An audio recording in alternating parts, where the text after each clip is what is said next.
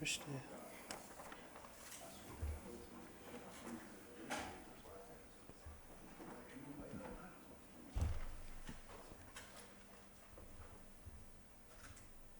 to go with that. Andrew, you good to go? All right, Coach, you can start us off with some opening comments today. Like I said last week, I'm grateful that the part of the investigative part of the NCAA case is over, and we can now move forward. I look forward to getting our response completed and submitted to the NCAA, and then getting before the Committee on Infractions. I love how our team has responded. I mean, they've probably been the greatest testimony and the greatest encouragement to of how to handle adversity. And they've been remarkable, and watching their social media accounts and all the things that they have to say about receiving some news that wasn't favorable for them.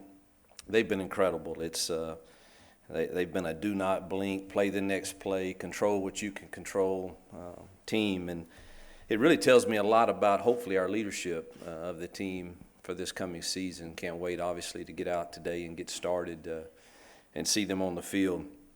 And I get a remarkable opportunity really to lead in a difficult time. As we all know, this is a preparation for life, and life doesn't always give you what you want, and certainly this is a great opportunity for me to lead them.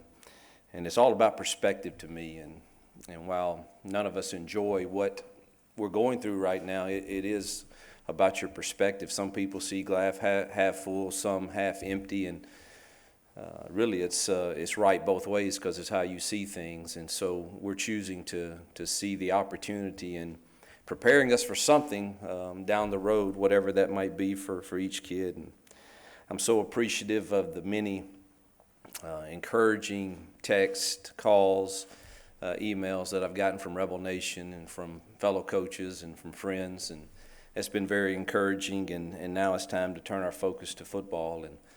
And I can't wait to get on the grass this afternoon and with a new staff in a lot of places, new systems, and see the energy of these kids. It really has transformed me into really focusing on pouring into those guys. They're the ones that deserve it. They deserve the attention, and they deserve it to be on them. And unfortunately, it hadn't been that way a lot. But today we really get to turn our attention toward them, and I'm excited about that, as is our staff and our kids. So can't wait for practice. Hope you can join us. All right, raise your hand and bring a microphone to you. Coach, I apologize up front, but the elephant in the room, if you don't mind us asking a couple of questions before we move to football. Would you have done anything differently? Also, I want to know about, in your, 22 years in coaching profession now? 20, probably a little more, 24, 25. 24 years, and I imagine this is the first time you've had, like, your integrity question. First time you probably had to worry about job security. Yeah. Just address those things for us, if you don't mind. Wow. Can we, what's the first question? You've done anything different? Done anything different? That's something that I have and will continue, man, to think about. And I do that every day anyway, is thinking, could I have done something different today? And certainly, as you look back from 2012 to 13 to 14 to 15 to 16, I have done a lot of things differently, and we'll continue to evaluate that, throughout this whole process, I'm sure, and seek people that give you wisdom as to what you could have done differently. So yes, I will. I'll always, sit back and think, what could I have done differently? And second question was, your integrity being questioned in certain yeah. Well, that's hard. That's the toughest part of this whole deal, really, is your integrity being questioned, and whether we like it or not, and whether it's true or not, public opinion forms some people's opinion, and your wife and your kids, man, they have to read all of that, and some's true, some's not, but yet it forms the opinion, and so that's difficult. And I'd have to say, growing up in Tate County, when you're dreaming about a job like this, and with the friends I had, and Ole Miss being near to all of us, and one day dreaming, man, I could ever coach there, that's like a dream. This certainly is not part of the dream. It wasn't something that you sat back and you thought, I've never thought I would ever go through anything like this.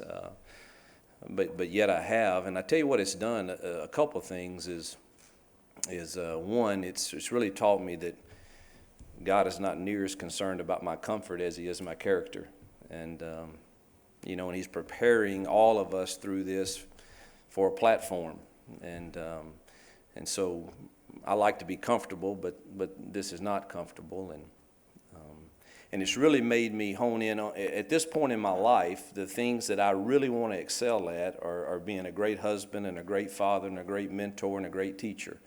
And so this has really made me really focus on those things. And while it's difficult, it really is if you really focus on those things, you try to be numb to the noise, if it's true and accurate, you try to learn from it. If it's not, you really try to become numb to it and pour into the things that at this point in my life I want to be great at. And that hadn't always been the case. There's been other things that motivate you throughout my career and things, but at this point in my life, those are the things that I really want to pour into, is my family and my players, and being a mentor to these young coaches around here that get to watch me every single day, and how I'm going about handling a difficult situation. And it's also made me very grateful for the true friends and people that they know me, the good and the bad, but they don't have to question that part of you. And it's times like these you see who's really in the foxhole with you, and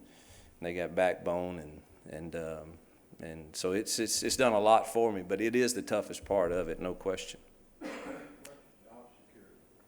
I'm not really concerned. I've got administrators that have watched me for 5 years do everything very closely, and they've been so supportive and have been unwavering in that.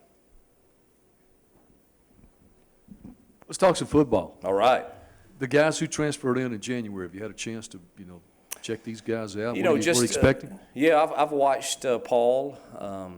Breon Dixon's explosive. Jay Hamilton can fly. I'm really excited about some guys like Quadir Shepard and Josiah Coatney that redshirted last year, and Dante Evans. But Markel Winters has worked to get into SEC shape.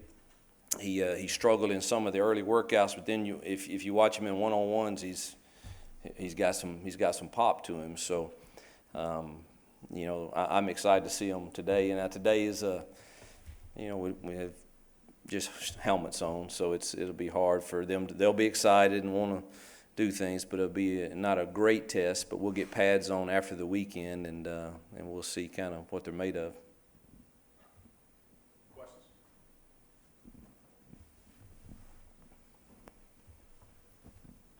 You talk about your linebackers a little bit more, please, if you would. And obviously that's an area you'd probably like to address, but you guys signed a lot, and you've got some early ones here.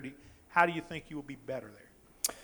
Well, I think the system's going to help some. Not that I've said 100 times, I want to be clear, Dave Womack, I'm extremely indebted to him and would not be where I am without him. But I think for our pool that we have here, the system change is going to be better. We'll play to some of their strengths, whether it be Bean Dukes or Dante, that are attached to the box, and they kind of stay attached to the box. And then a guy like Brendan Williams, who I can't wait to see. I mean, the guy is long and rangy and can run and can change directions. He's already gained 13 pounds since he's been here. And of course we've got a few experienced ones in Gates, and even the new guys. When you change people, staffs or systems, I mean, those guys feel renewed. They feel like, man, the slate is clean, and I can go out there and I make my own way right now. So you got people like Ray and Hibbler and those guys that some are still young, some are a little older, but they're going to get an opportunity and. With a new staff that really has no preconceived notions, especially on that side of the ball, and we'll get a chance. So we're trying to play to their strengths, and Dante came on at the end of the season last year in scout team and was a load for us to handle. He needs to be in the box. That's where he needs to stay, and that's what he needs to excel at, and that's what we'll ask him to do. probably forgot some names. Hey, Hugh, the NCAA is obviously, with its charges, labeled the program with that lack of institutional control, and I know that you and Ross said that you plan to fight some of that. Are you involved in the strategy to try to fight that, or how does that work? And why would you say, you know, with 21 charges, 15 level 1, why is this program, why does it have institutional control? Well, you know, I can't comment on the specific NOA. I can't do that, and really, I haven't been really involved in the institutional one. That's more of for the administration and them to kind of formulate, even though I think in time it'll be hand in hand. You know, mine is more with the failure to monitor, that I'll obviously concentrate on hard to prove that. But like I said, you'll be able to read our response in 90 days, and I think you'll see, you know, what our perspective is on it, and then we'll get our day to stand before the Committee on Infractions and, you know, and be accountable for the things that we agree with, and hopefully be able to share our perspective that may change some of those. Hugh, just how did the players kind of handle the news when they received that last week? And are you kind of watching kind of the mental psyche of the team? You know, some of them tasted losing for the first time last year, and they already know this year they're not going to a bowl. Yeah.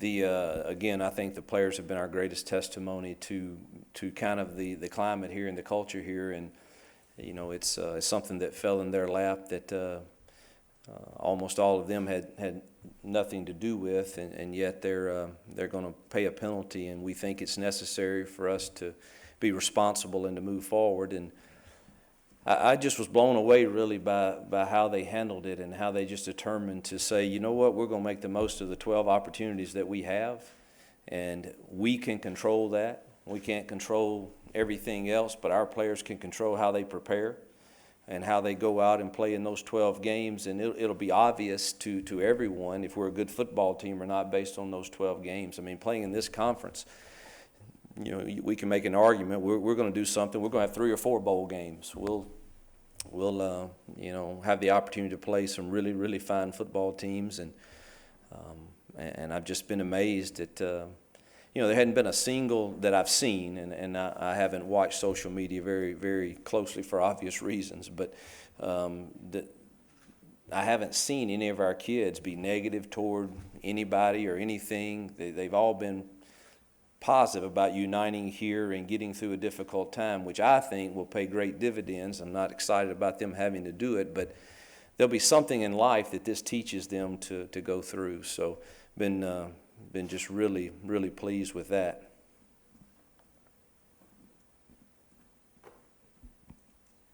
Shea obviously started the last 3 games of last season, but now this will be his first offseason as the guy. So what have you seen out of him through this offseason so far?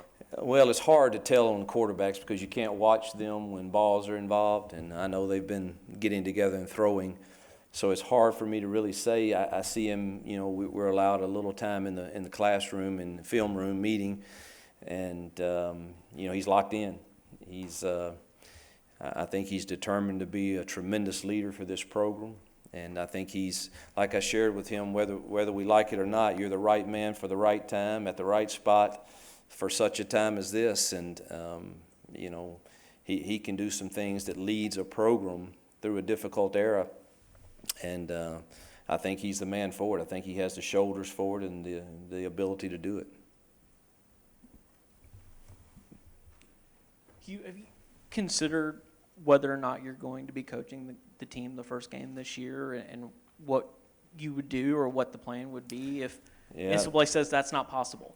Really haven't, because that's, man, we got so much to think about right now with spring ball and stuff. I just don't even let my mind go there. That's something we would cross should we ever get to that point.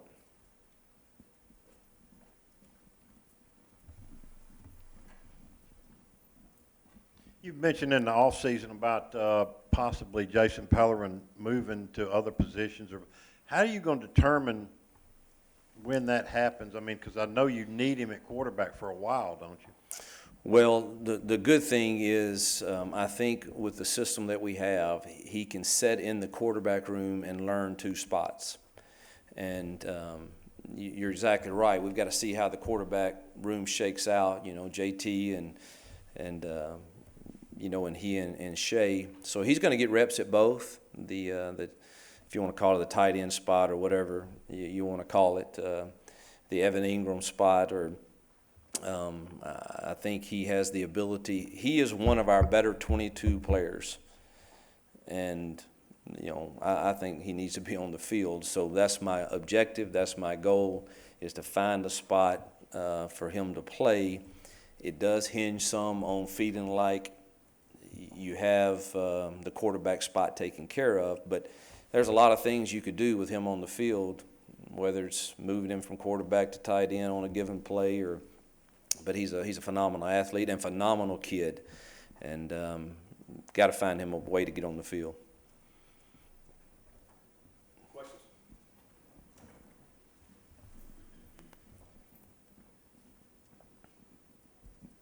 When I talked with you a couple weeks ago, I think you mentioned you were kind of going to either at least be in charge or heavily involved in special teams. How's that? Yeah, that's new for me. I'm excited.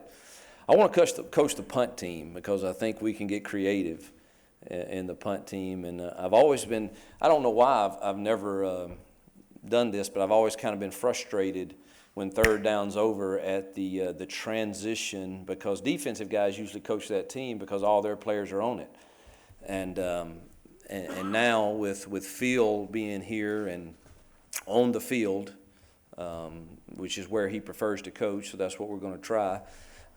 With him being on the field, I think I can help with that transition, and I think I can help maybe make us a little more unpredictable, that may, I don't know, steal a possession here or there, or just at least make opponents have to work on a lot of stuff. So I'm excited about being involved in that. That's probably the only one that I'll be heavily involved in. We've kind of broken the others up among the coaches, and Pivato's kind of heading up the punt return unit and the kickoff cover unit. And then Maurice is kind of heading up he and I, the punt team, and the return unit. He and Nix are kind of handling kickoff return. And Matt's going to handle the PAT field goal stuff. Do you have any updates on guys like Webster, Metcalf, and Sweeney? Metcalf's good to go, full go. Sweeney is going to go today in everything other than team settings. He may even do some team stuff today since we're in, non-contact, but when the contact starts, we'll pull him out of some of that. Webster is doing great, but no chance that I would play him in spring, even if they told me you could. Armani is the only other one. Armani had to have an appendectomy, and he'll be limited some the first 2 weeks. Mathis broke his foot, so he's out.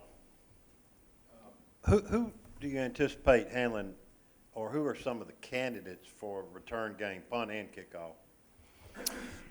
Trey Nixon, Markel Pack, Jalen Julius, kickoff, Jordan, Sweeney, Eugene. Yeah, I'm sure we'll have a few others, but those are kind of the ones that Jay Hamilton returned some punts to. Hadn't seen him yet, but Trey Nixon was really good at that in high school. We're anxious to see him in the punting game anyway. We'll take questions up top. All right, Coach. A lot of new faces on the coaching staff, both sides of the ball. How have they kind of adapted and adjusted, and what might we see different? I know we're just starting spring ball, but what might we see differently, philosophy-wise? Well, again, I'm indebted to the guys that have been with me for so many years, but these guys have brought a renewed energy in this building, and they got backbone, and they're strong, and they just have been a non-wavering group, and have been so supportive and encouraging to me, and they're excited about getting out. I think that this may be our best recruiting staff I've ever been around. You're talking about a Pivato that's been the #1 recruiter in the SEC last year, and of course we know what McGriff does in recruiting, and Peeler. It's really what's jumped out to me is what he did in recruiting at Cal, and how he came over here and got the #1 receiver in the country out of Georgia, and and had Mississippi kids tripping California, and he just did a great job there. And he's coached in the same system that we're running. So along with the guys that we already have, I think it makes us really, really strong in recruiting, and been really pleased with them. Got to get the new systems in. It'll be ugly offensively, I'm sure, for the first week or so. That's the way it typically is, and defenses usually will be ahead. But really excited about the energy and the systems both. All right, questions? Any more questions up top? I can't let you off the hook. Wonder if you had a chance to see the Daytona 500 and thoughts on the new rule changes. You know the answer to that. I thought the stage stuff was good. I really, I enjoyed it. I talked to Danica and Ricky after it, and Danica was doing really good, man. She finished 10th in the first stage, 5th in the second, then the wreck started happening, and really, really happy for Kyle. I don't know how people. I've had very limited experience with him, but the one I did, I spoke at a chapel for them before the Talladega race, and he's one of the few that wrote me a letter after it and sent me one of his model cars, and ever since then I've kind of pulled for him, so was excited for him to win. Hated Junior got put out of it. All right, anything else up top? All right, questions down here again?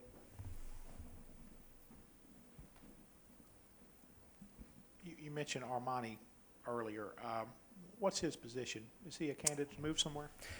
He's going to play one of the safeties. That's where he'll start. That's where we have him listed for spring. We've changed that Husky spot to, it's called the star. So when you hear us talk about the star position, that's what that will be. But that's we think Jerry Street and Breon Dixon and either Miles Hartfield or Montrell Custis will be the three that kind of rotate at that spot. So Armani's going to play one of the safeties. Back during 2013 and some of that stuff, when you were pulling in the big recruiting classes, a lot of people on Twitter or wherever else would say that Ole Miss couldn't be doing this possibly without cheating. And, do you feel that the latest news and all that stuff gives validation to the fact that they were right, that Ole Miss was cutting corners? Well, I would say to you, go look at the charges and see what came from the 13 class, and and again, I can't get into the specifics of it, but we'll be accountable, for the things that are proven to be true when we get before the Committee on Infractions. Do you have any thoughts you want to share on Mike Gundy's comments from this past weekend? What was his comment? He basically insinuated that the Sugar Bowl isn't a level playing field, and No, I don't have any comment. Maybe we can meet again in another Sugar Bowl and see how that one goes too.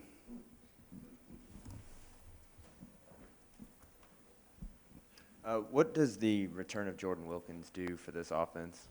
Jordan's one of my heroes right now. He really is. He's the way he's matured, handled some unfair things that I think happened to him.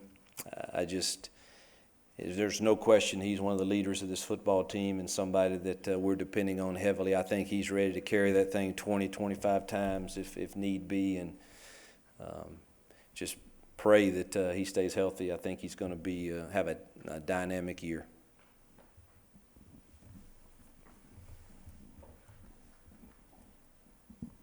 Coach, the word circulating around your staff, it seems like in casual conversation, is simple. Defense, keep it simple. Offense, keep it simple. Mm-hmm. Install the offense in 4 days. Is that coming from you or just those guys' philosophy? Yeah. Well, offensively, we've always been that way. I don't think we're real complicated, and I wouldn't have hired anybody that I thought was going to be complicated. So I just think you want to play fast and you want to be efficient and you want to have answers. So it's impossible to have answers offensively for 100 different things. So let's have 25 things, and everything you do has answers for most things. And so keep it that simple, and the terminology has to be simple. I'm not a rocket science. I can't have these plays that are 5-6 words. I want one-word plays, that tell everybody what to do. And then defensively, I thought that was important in the hire, is that, man, let's play fast and let's play physical and line up and play. And that's Wesley was obviously didn't tell him that, but in his interview, that's just what he harped on, those things.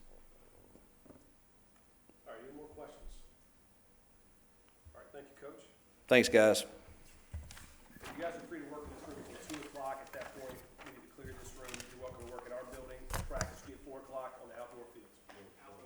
Outdoor fields, yep.